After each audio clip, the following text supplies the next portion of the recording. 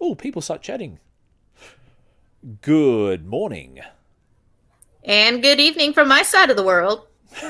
My name is Damien, the tall, friendly atheist dad, and I'm joined by Jax or that 126 on TikTok. TikTok. I never thought I'd be chatting with the TikToker, but here I am. This is the power of the interwebs. Bringing weird people together, one discussion topic at a time. How are you, Jax? I'm here. I'm hanging out, and I've got my noodles ready for me whenever I'm done. Okay. And what about your cats? Are your cats happy and warm and comfortable? I've got one cat hanging out at the end of the bed. That one's Priscilla. She is sleeping. Okay. Cool. And the other one? The other one has been kicked out of the room because I have to keep the door closed. I'll go kill my husband playing games in the other room. Husbands. They're weird creatures. Oh, I'd be playing Anyway, with him too, but I'm fair, here. fair, fair enough. Anyway, so this is part two of reading the 1854 book slash pamphlet, Christian Slaveholders Disobedient to Christ. If you jump onto the tall friendly atheist dad podcast YouTube channel, oh my god, it sounds like a Starbucks order. So many words. You'll see part one, and I think I've actually got it on the Tall Friendly Atheist Dad Facebook page as well. So if you go to either of those, you'll see part one, where we're still going through the preface.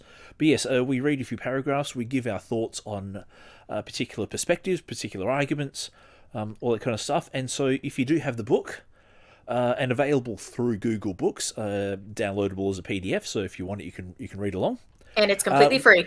Completely free, yes, and this is the good power of the interwebs, is that completely free. So anyway, Jax, are you ready? Maybe.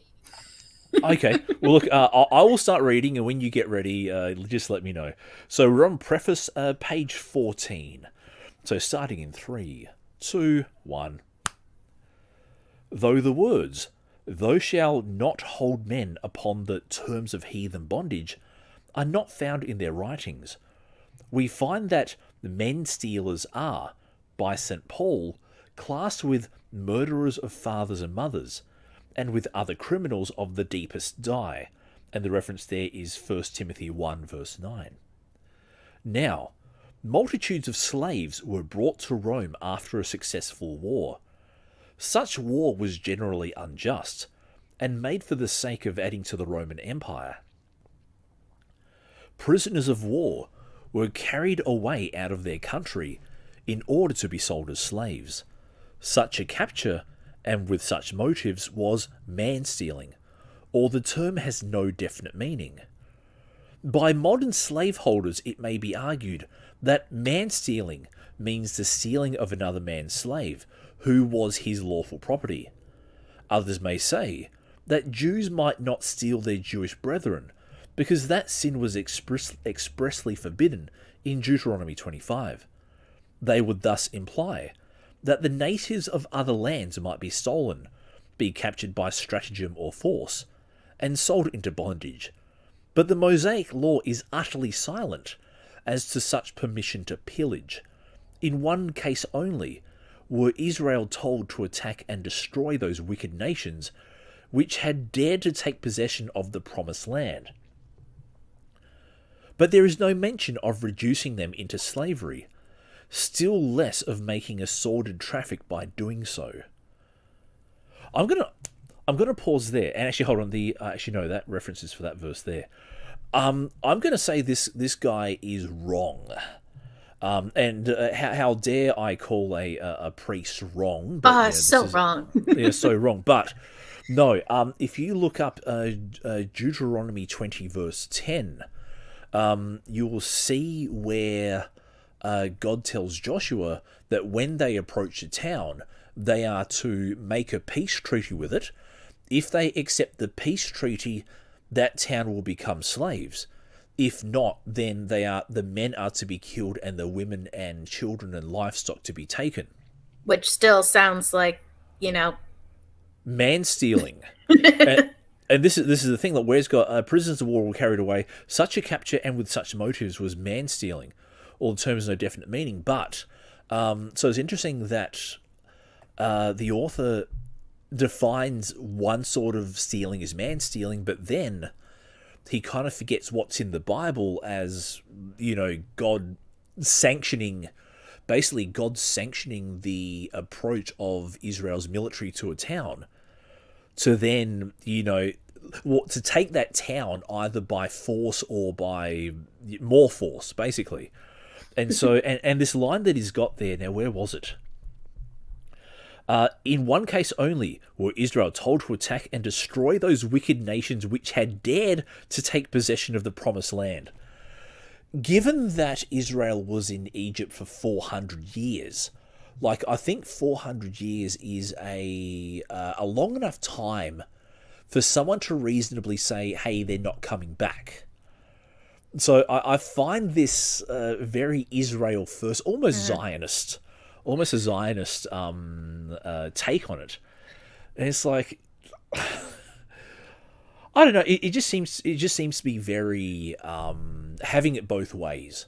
So when imagine Columbus comes over to America and says, "Oh, look, there's only Indians." How dare Indians, take over the land that that we are rightfully taking. Sir, this is a Wendy's. It's a joke. Oh, okay. Sorry, I didn't. Maybe humor doesn't translate across countries, but yeah. No, darn. Gosh darn. Yeah. So it just seems to be very like Israel has the right to the land, but on what basis do they have the right to the land? And the only basis was that Abraham bought I think he either bought a well or a cave to bury his wife in. But that doesn't give him rights to, to come back 400 years later and, decimate the population, burn this stuff to the ground, if not outright take it. And it's like, yeah. And assuming that Exodus really happened the way that the Bible says it does, which is what they're going to argue from, that's absolutely, yeah, the idea that somebody was there, left, didn't come back, and then suddenly there's other people there. I feel like it's similar to the issue of after Genesis 1, 2, and 3, suddenly there's more people on the world, and you're just sitting there going, where did the rest of those people come from? Why is Cain so concerned about those people? There should only be 3 people on this planet right now. I know that's that's actually a very interesting point you raise. Anyway, we'll discuss that maybe later on. Did you want to take over the reading from Still We Wonder? Actually, no, sorry, wrong page. When the Gibeonites. I can do that. Go for it. When the Gibeonites, a tribe of heathenism, were spared from the general slaughter, they were to remain bondmen to the Jews, hewers of wood and drawers of water. Joshua 9, verses 21 through 23. But so mild was this bondage that it bears no resemblance to Roman or American slavedom. Cities were given to them. Their families dwelt undisturbed. Israel had no permission divinely given to rob a Gibeonite of his wife or child, or to call them his property. For his atrocious breach of covenant with this people, quote, Saul and his bloody house, end quote, brought down 3 years of famine upon the land. 2 Samuel 21, verses 1 through 4. Thus, the law sanctions no man-stealing, whether the stealing of Jews, of slaves, or of heathens. And thus it follows that the men-stealers, whom St. Paul declares to be condemned by the law, must be equally condemned under the gospel. Thus, it also follows that all Africans or others who have been by fraud or force torn from their own country are stolen men, and that American slave owners who hold in bondage millions of robbed men and their descendants must be ranked amongst the men-stealers whom the apostle dooms to wrath. Dooms to wrath. I'm going to stop you there, Jax, because, again, there's another point here where I think he's got it wrong. If we look at the Midianite slaughter, Mm-hmm. Now, I don't know if you're familiar with that. Numbers 31, where Israel attacks Midian, and then once the initial battle is over, Moses, that great man of God, he then instructs Israel to what does he say? Take for yourselves every young woman who's not lain with a man. Which is 12 and younger girls. Or if you do happen to be older than 12 and not ever have had sex, then okay, good on you there. That's like your lifesaver. But that's after all the boys are killed. So all the men, all the women, and all the boys are killed.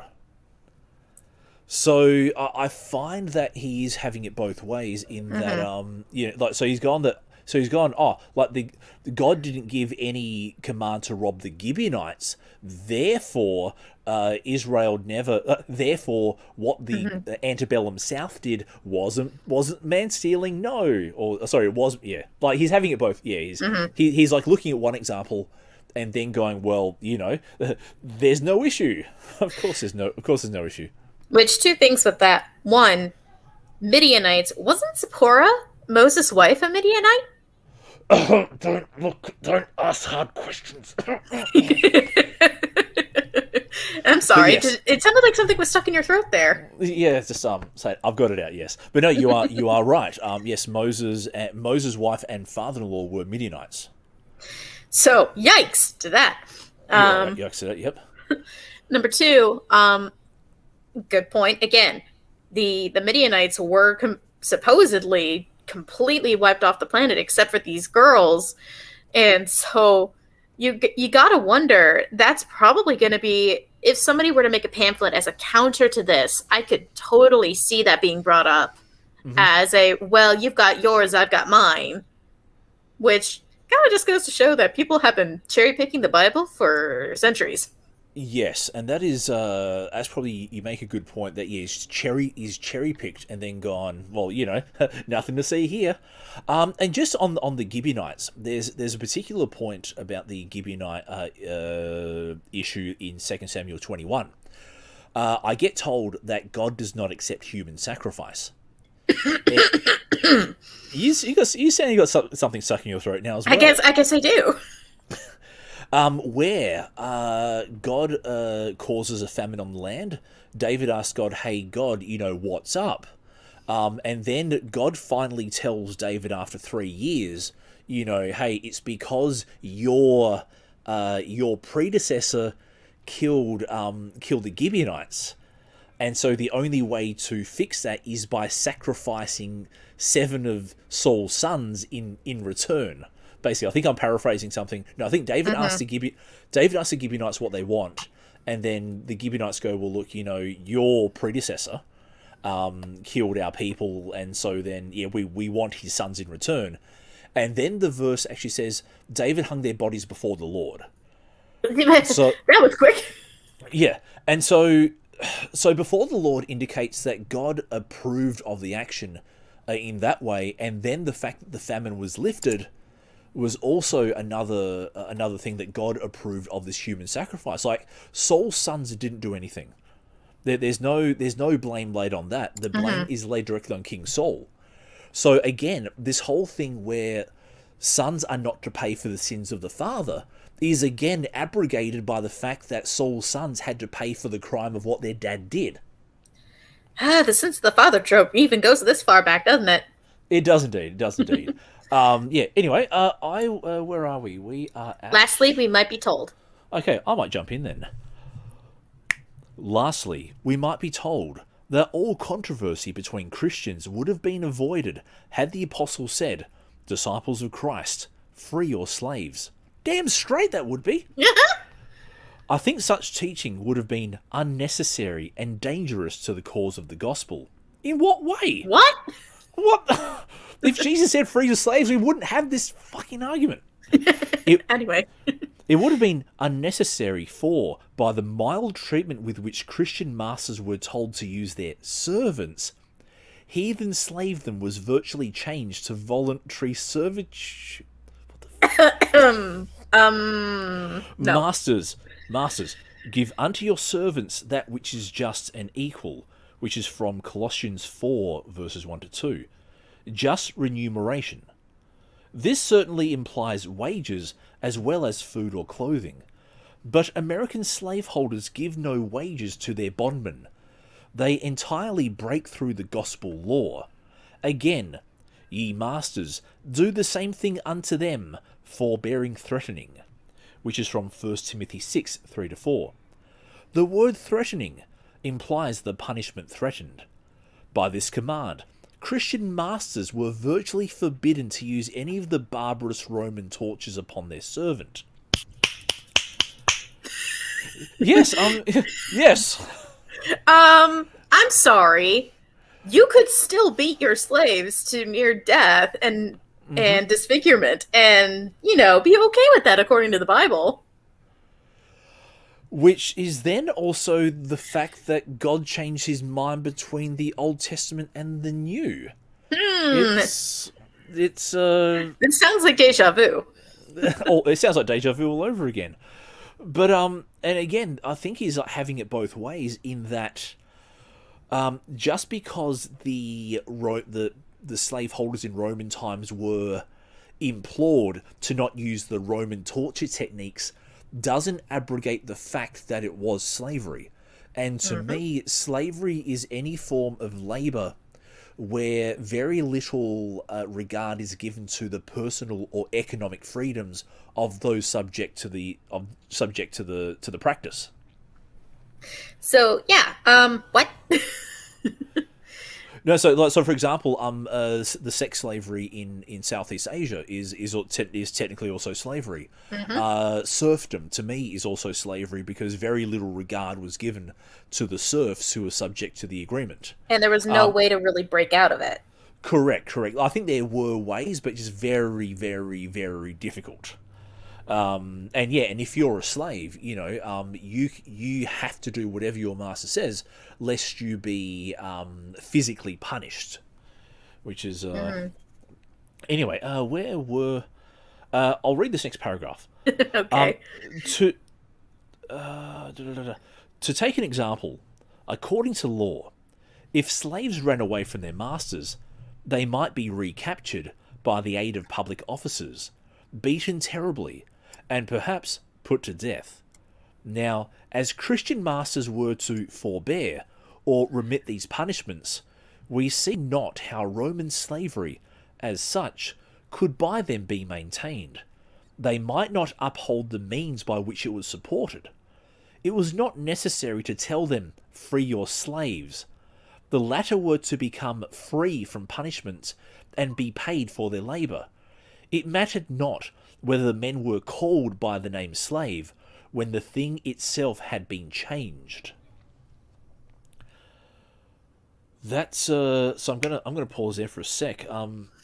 Again, I think he's looking at Roman slavery, which, from what I can gather, was a little bit in some ways a little bit kinder in that people were given a wage. Sure, that's nice, but if you don't have the freedom to spend that money, if you don't have the freedom to leave your current master and go work for someone else, to leverage yourself up, then it's very hard to say it's anything other than slavery.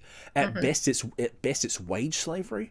But even then, and this guy here, it was not necessary to tell them free your slaves. I think yes, it bloody well was. Would you like to continue, Jax? I would, but before we do that, just a quick note in this. In the paragraph, it mentions, by the aid of public officers, be recaptured.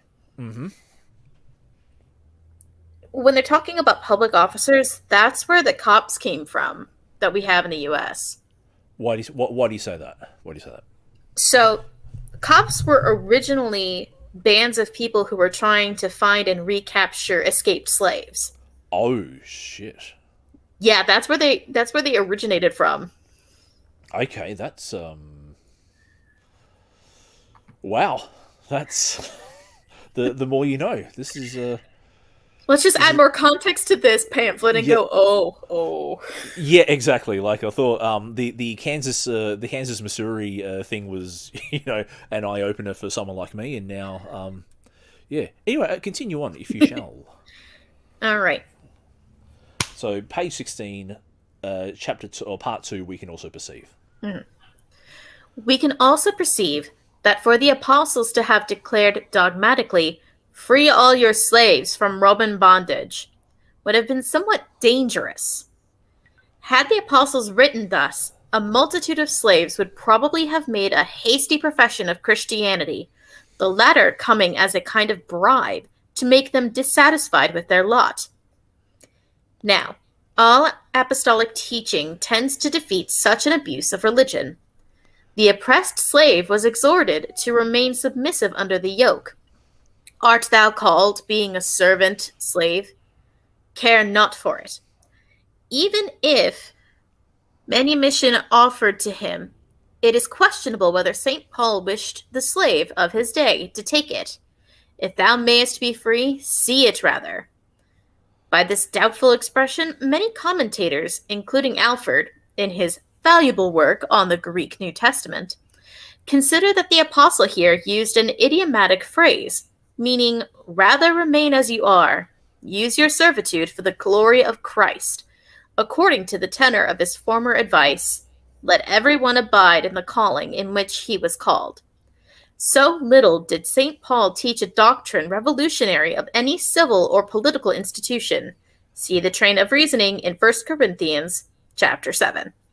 Okay, I'm gonna jump in there because again, cherry picking, and yeah, it's like, where was it? Where was it? So it looks like from these couple of paragraphs that you just read, Jax, that Paul doesn't seem to care about the freedom of the slave as long as they're Christians. For example, where he's got, art thou called, being a servant, slave, care not for it. If thou mayest be free, use it. Remain rather as you are. Use your servitude for the glory of Christ.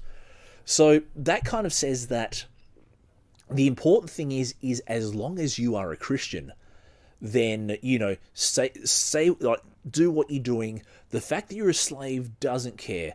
The fact that you're not free doesn't matter, because you're now on the right side of God, not on the wrong side of God. You see, This reminds me so much of the early days of the cult of Dionysus before Dionysus really hit it big. Before he went viral. Before he became the young teenage drunk that we know him as today. Mm-hmm. If you don't know, I don't. No.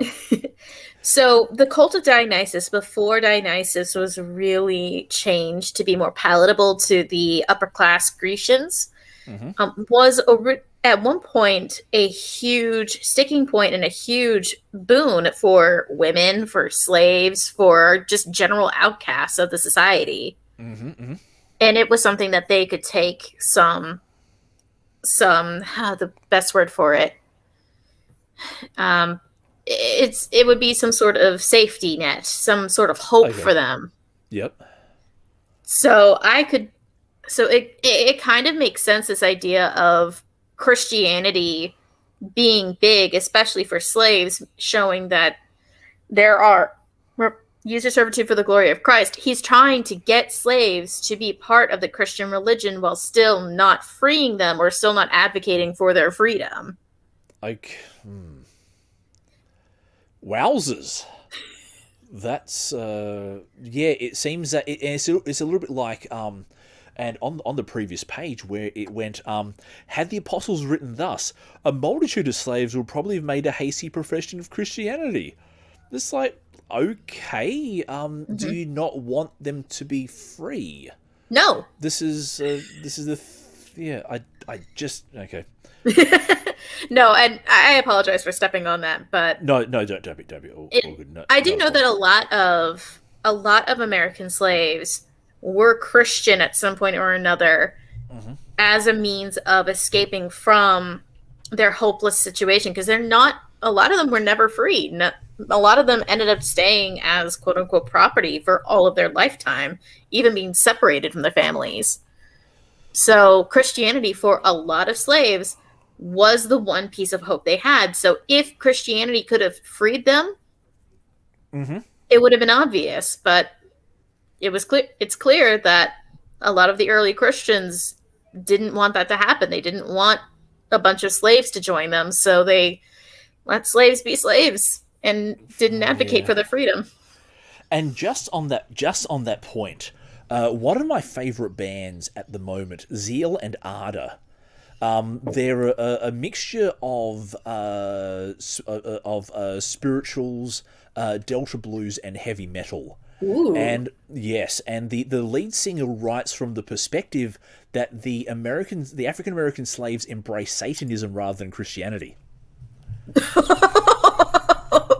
Oh, Yes, honey. yes, and so one of their songs is literally called "Devil Is Fine," and it is a fucking great song. It is yeah. It's no like after you finish with this, go check up Zeal and Ardor.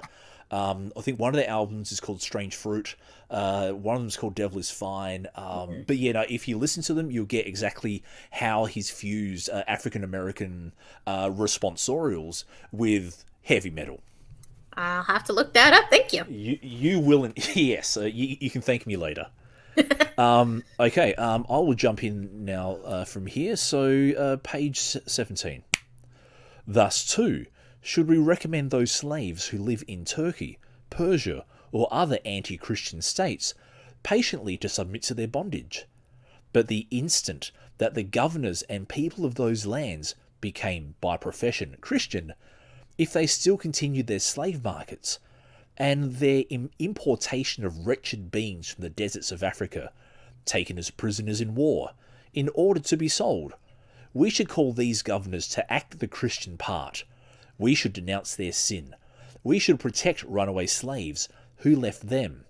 And we should actively protest, as we now try to do, against the Christian slavedom of North America. Lastly, it will be said, you cannot historically prove that, in the Apostles' time, the majority of Christian masters did thus free their slaves, that they did remit all punishments, or refuse to claim absolute ownership over their servants. To this, we reply that whether Christian masters did or did not, in general, act up to the Apostles' teaching, we have no sufficient evidence to prove. We can assert that, at an early period of the Church's meeting in councils, decrees were made against the holding of slaves in heathen bondage. We can only state what was probably the case. From Scripture and early Church history, we judge that, in general, Christians of the Apostolic Age followed the laws of Christ with much inconsistency and partiality. Not only were the believers of Corinth broken into parties, but an act of immorality unknown to heathens had been allowed by them to pass unchecked, 1 Corinthians 5:1-2.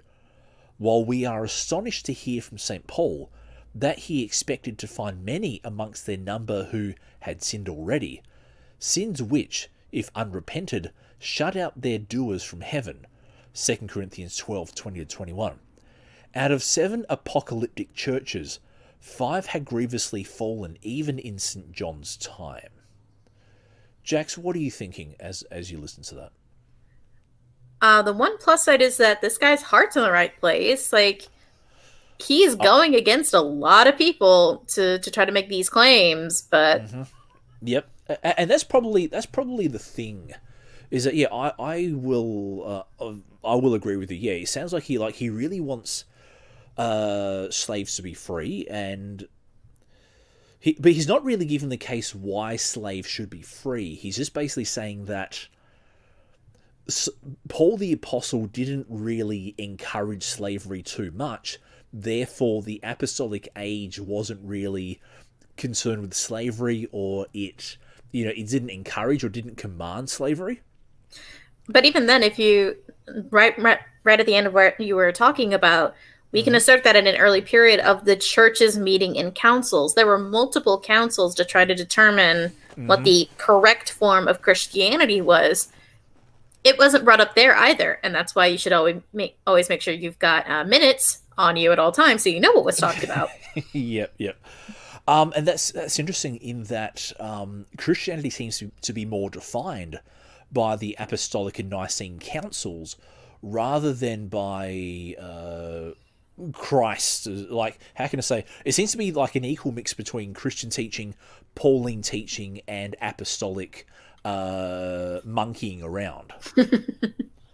is the best way of putting it. But here's a question for you, Jack. Should Christianity be a separate religion from Judaism? Like, if a guy came down and gave the same rules and regulations as what Christianity does, and if we were able to extract the Judaism out of Christianity, would it still be Jewish, or would it be its own separate religion?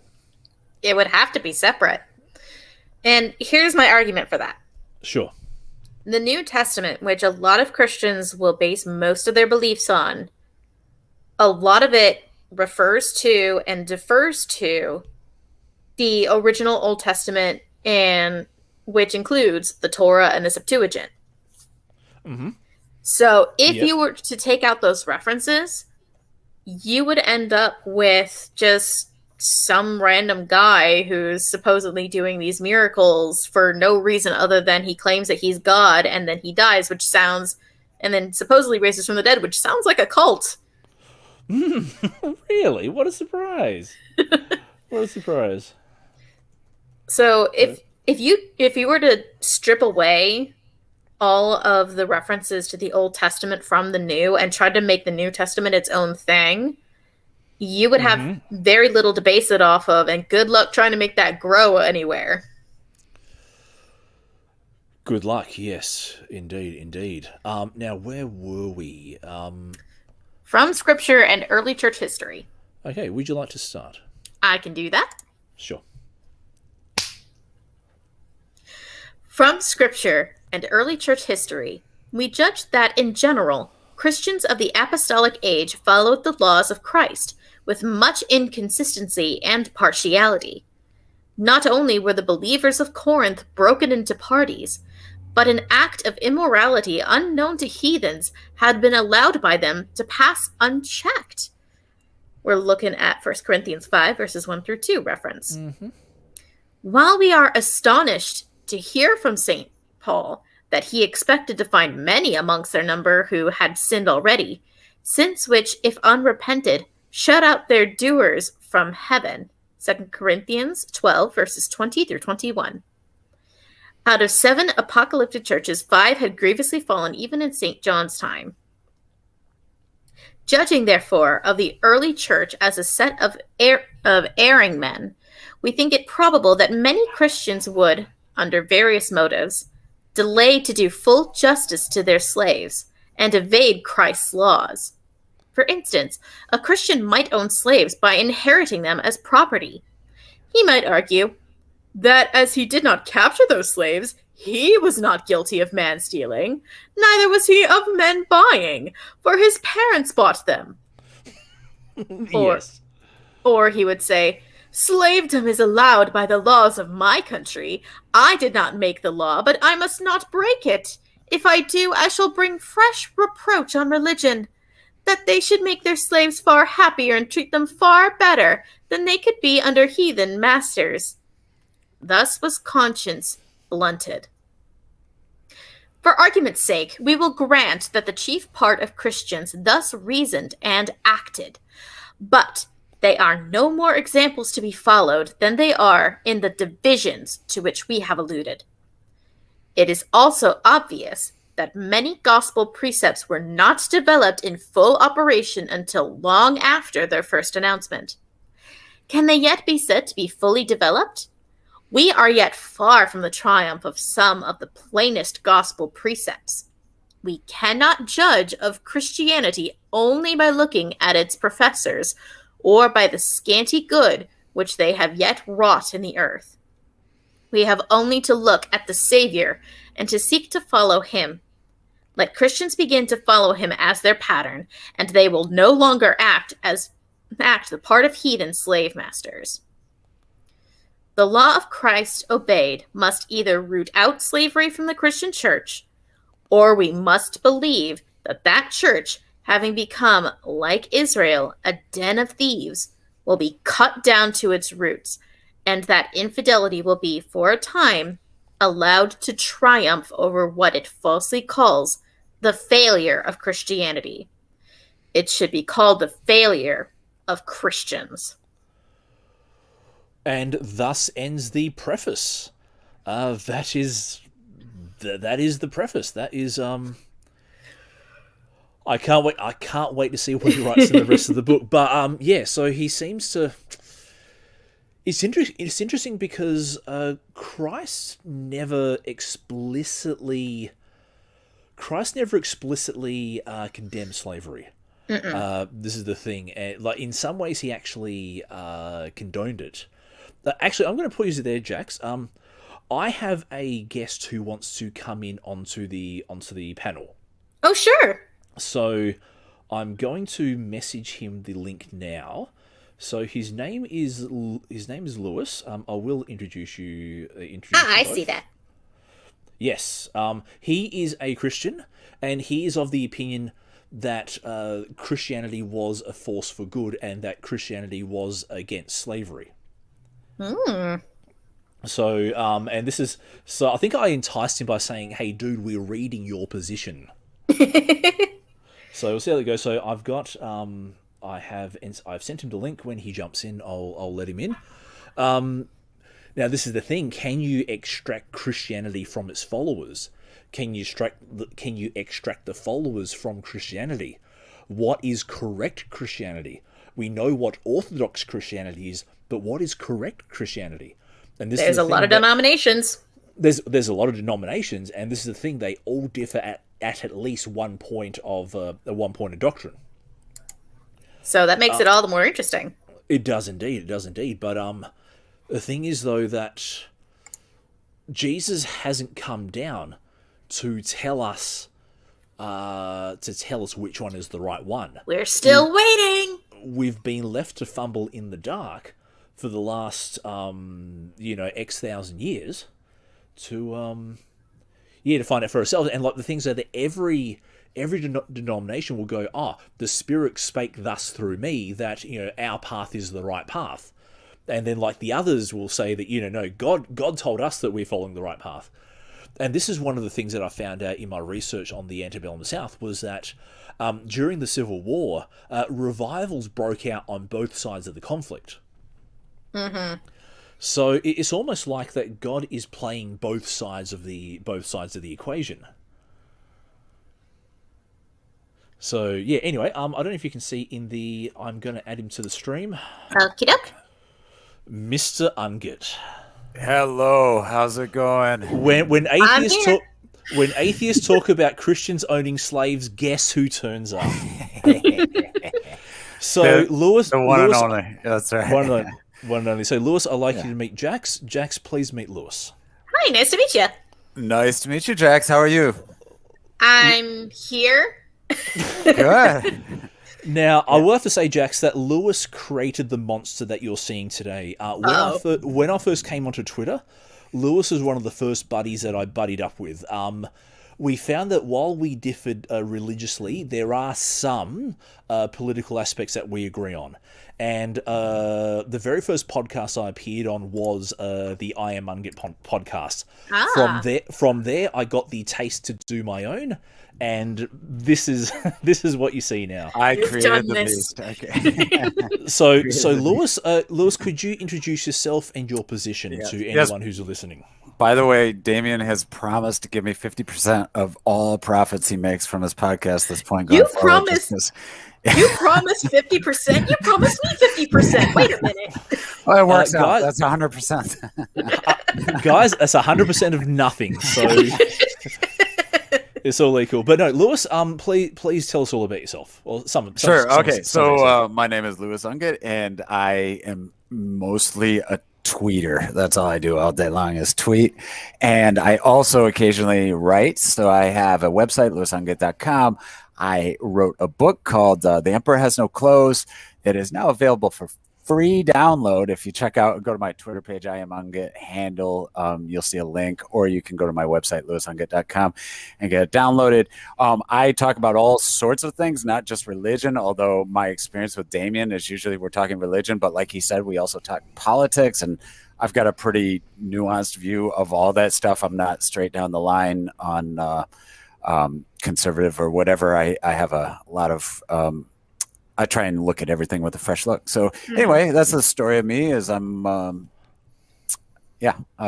I am happy to be here and talking to you guys. This is a subject I find really interesting. My background is I've got a master's degree in theology, but then I also have a engineering undergraduate and another master's degree in business. So I've got a wide spectrum. So my book kind of covers all those subjects. I talk about the damage of corporations, but also history a little bit and all kinds of other stuff. So, and this is chapter 1 of my book talks about this exact subject. So. So, and I just find that whenever I get into a debate on Christians and slavery, you can bet your last $5 that Lewis Ungate will pop in and have his 10 cents. So, in case you're not aware, Lewis, we are reading a book titled "Christian Slaveholders Disobedient to Christ," and yes. it was written by Jax. Can you? John Fitzgerald, MD, but I could not find any information on said Fitzgerald for whatever reason. Does not exist on Google.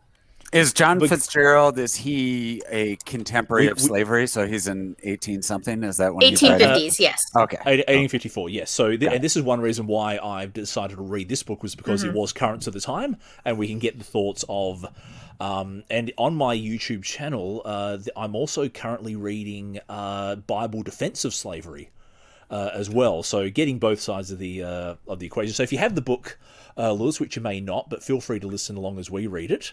So we're up to now what's called Part 1, The Present State of Americo-English Slavery, the Cotton Market, Reflections upon it. For they know not to do right, saith the Lord, who store up violence and robbery in their palaces. Therefore doth saith the Lord God, an adversary there shall be even round about the land, and he shall bring down thy strength from thee, and thy palaces shall be spoiled. Amos 3:10-11, and Isaiah 5:7. He looked for judgment, but behold oppression, for righteousness, but behold a cry. The proposal here, made to pledge ourselves to the disuse of slave-grown produce, appears to many persons an extravagant one.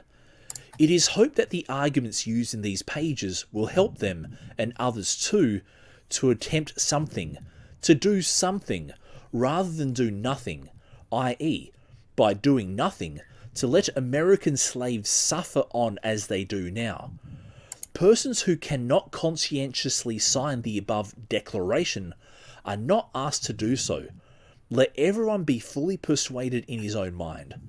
But they are asked, in the supply of their own tables, to purchase British instead of Spanish, West India, and Brazilian sugars. We can easily get free labour sugar if we choose to do so. Our own grocer either keeps it, or he can procure it from London and Birmingham, or other large towns. Underneath are placed the names of some well-known houses.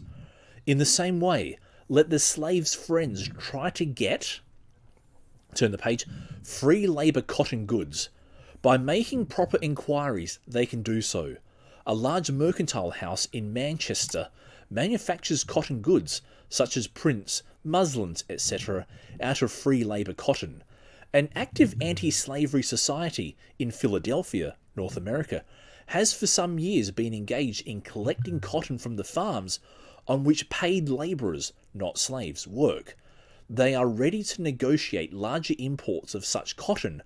As soon as English customers will say, "We demand it, we will no longer touch the accursed thing." Lewis, is that stirring something in you?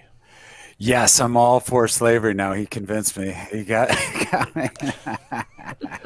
No, man. I mean, so here's and real quick, a preface. Sorry, I wasn't on the beginning of the podcast, but I certainly acknowledge that some Christians were okay with slavery and, in fact, defended it. So I don't deny that at all. My argument is that, you know, when you look at, say, prominent Christians, the force of the movement was overwhelmingly against slavery. And in contrast, if you look at prominent secular Enlightenment figures like Voltaire, Hume, Kant, etc., I could go on, almost all of them were all for slavery. And to the point where, so probably the most famous writer on the North American slave trade is David Bryan Davis.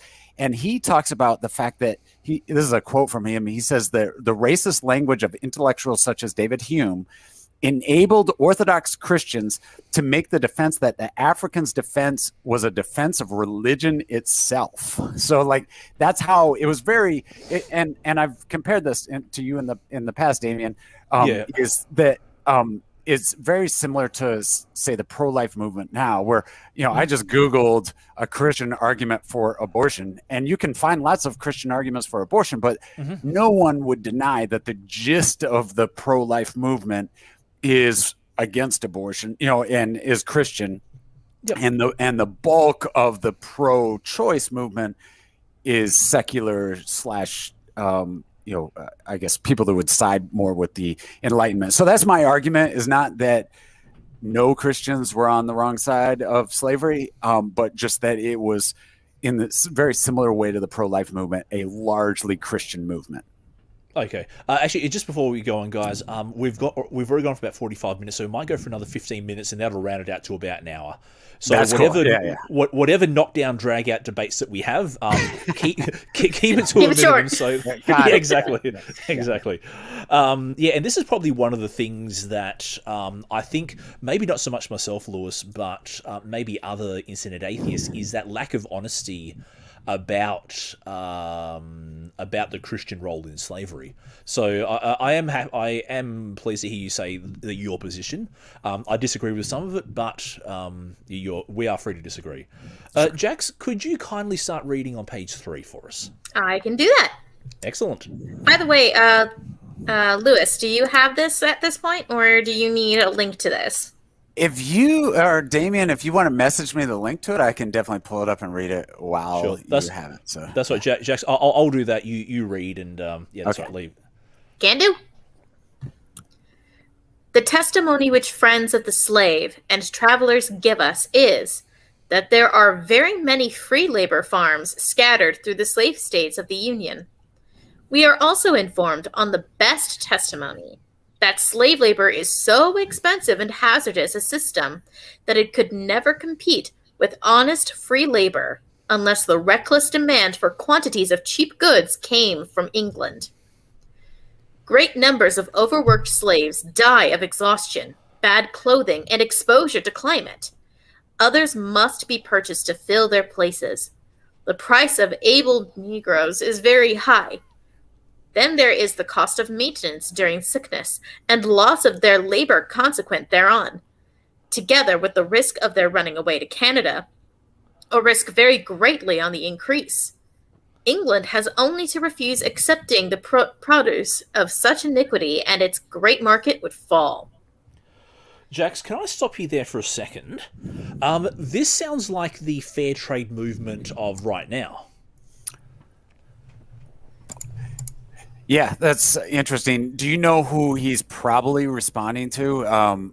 Because the words almost exactly quote the person, but he is most likely responding to Adam Smith, who was a devout Presbyterian who wrote Wealth of Nations. And if you read Wealth of Nations, he has pretty much, that was actually written in 1776. Which Lewis, who is that person, Lewis? Sorry. So Adam Smith is known as the father of capitalism, and he wrote Wealth of Nations, and very prominent economist, maybe the most prominent economist of all time.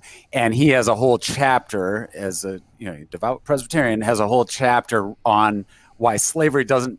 He had moral objections to slavery as well, but why it doesn't make sense even from an economic standpoint. Okay. And he basically laid out all those arguments that this guy is interacting with. So this guy's obviously trying to respond to Adam Smith's arguments in my mind. So. No worries. And the thing I've noticed here, that this is the first part where the welfare of the slave is actually taken into account. Like first you said the price of able Negroes is very high, cost of manufacture and sickness, and all that. But then, like this is actually the first time it's talking about the slave himself, rather than all the spirituality around it and all the arguments to do with the scripture. Given that we only just read the preface, of course, we're not not going to get into the meat of the bones. But this is actually the first couple of pages in. We're actually now talking about, okay, is it good for the slave? Is it good for the slave owner? All that kind of stuff. But just as you're reading, Jax, like a lot of Oxfam just went through my head, and also this whole anti-slavery movement, like with the tech giants using the slave camps in China and all that. This is that's a topic. Indeed. Would you like to read the next paragraph on the next page, please, Jax? I can do so. Thank you so much. But England as a nation will not act. The work must be done by the Christians of England. They must come forward and wash their hands from the bloody spot, just as Clarkson 70 years ago called on them to abolish our own slave trade. But neither will these, as a body, move to work with vigor, for they are chiefly led on by great influential names, and in their view a good principle is not sufficiently strong in itself to act on, unless great numbers approve and great preachers excite them. Great preachers, okay, and this is the thing that from the Confederate side, there were a great number of preachers exciting the slaveholding movement. And this might be something I said to you, Lewis, was that Christianity is at best conflicted between those who use some verses to for the pro-slavery argument, which is in the other book I'm reading, and also they've taken some verses for the anti-slavery argument. What can I ask? What I'm trying to find where you guys are. What page are you on? Australia. Oh, the PDF proper. If you go in the PDF, if you have 147 pages, go to page 31, and that should be where we are. Okay. All right. I'll. So section 1, and we are now on to page 4. So if you go past the preface and the Roman numerals, we'll get to page 4. Okay. And I just read the first paragraph. Okay, you just read the. Okay, so but England as a nation will not act. So what is he talking about there? Is he saying he's saying they come forward, wash their hands from the bloody spot? What's the bloody spot? Is that slavery, or what is he talking about? So, from what I can gather from this, he's basically saying, look, the American slave trade isn't going to be defeated by the Americans. You need Christians in England to also say, we want cotton that's not just made cheap, but also cotton that's not made with slave labor in mind. Free trade. Right. Fair trade. Yeah, essentially fair trade. So he's saying to end the slave trade, everyone would have to agree to pay more for the materials, right? Mm-hmm. Right. Mm-hmm. Yep. Okay. Lewis, are you with us now? Yeah. Now the last question, and Damien, that's why I was kind of asking, is the last sentence there. He says, "Unless great numbers approve, and the great preachers excite them." I think he's talking about the opposite of what you were saying, Damien. Is he talking about great preachers excite them to end slavery or to support slavery? I think he might be saying the opposite of what you thought. Well, hold on. Given this is written by an English abolitionist, for they chiefly led on. So I think they would be just. So let's read that paragraph again, just to get it in context. Mm-hmm. But England as a nation will not act. The work must be done by the Christians of England. They must come forward and wash their hands from the bloody spot, just as Clarkson 70 years ago called on them to abolish our own slave trade. But neither will these, as a body, move to work with vigour, for they are chiefly led on by great influential names, and in their view a good principle is not sufficiently strong in itself to act on, unless great numbers approve and great preachers excite them.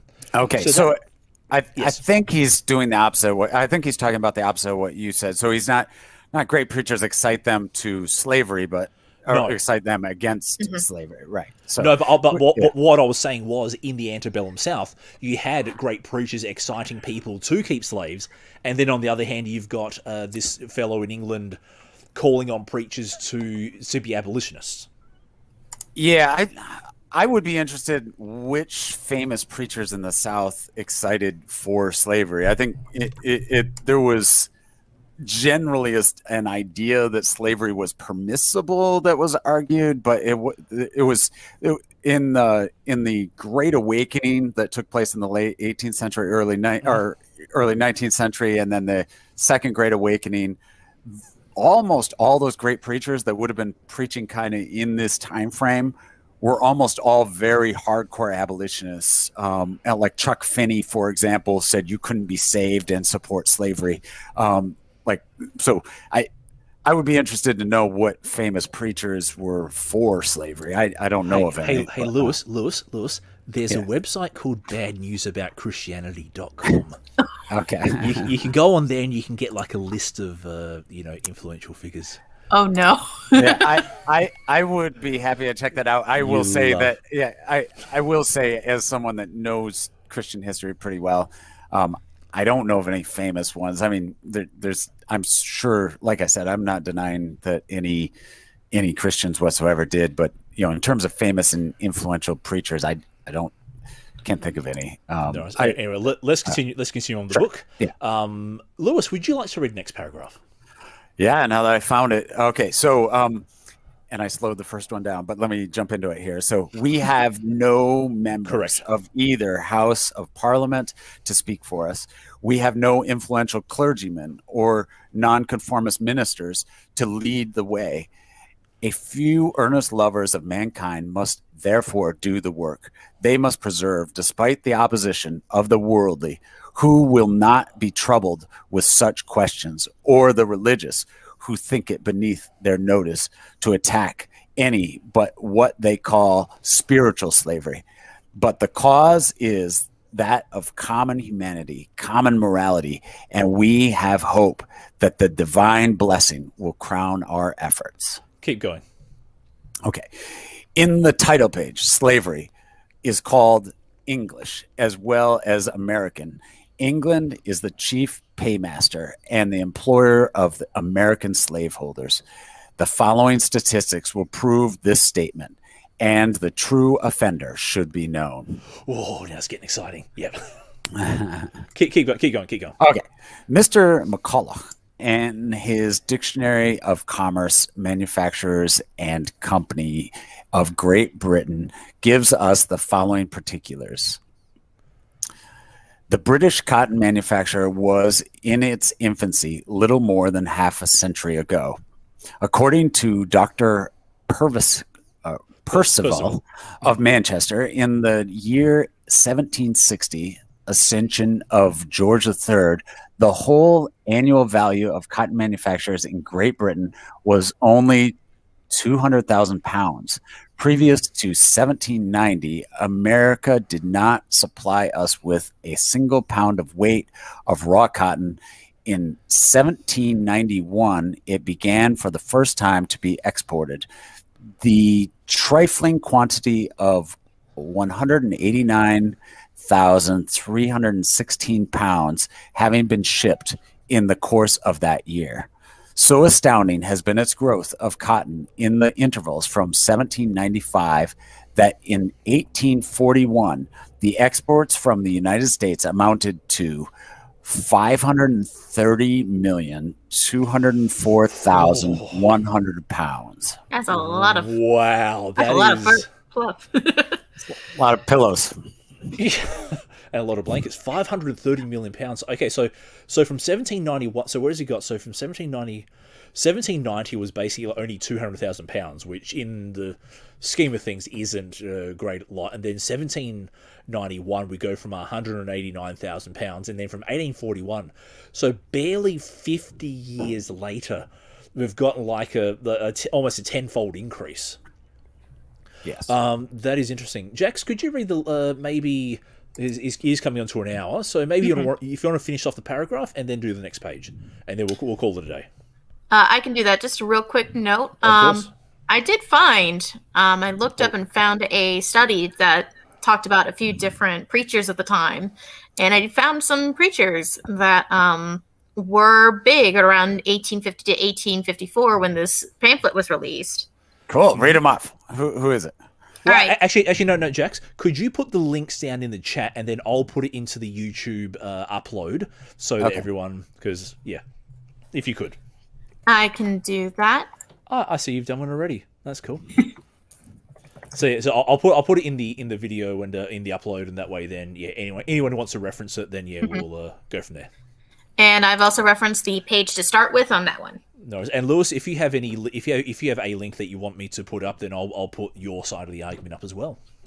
Sure. Yeah. It's only a few names in there, but it'll at least kind of get a gist of which preachers that were specifically big at the time.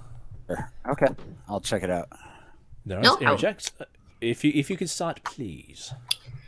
From parliamentary papers quoted by the same author, we have in 1841 the following table of cotton exports from different countries into England. They were as follows. Exports of cotton into England in 1841. From Italy. From Italy, we have 681,649 pounds.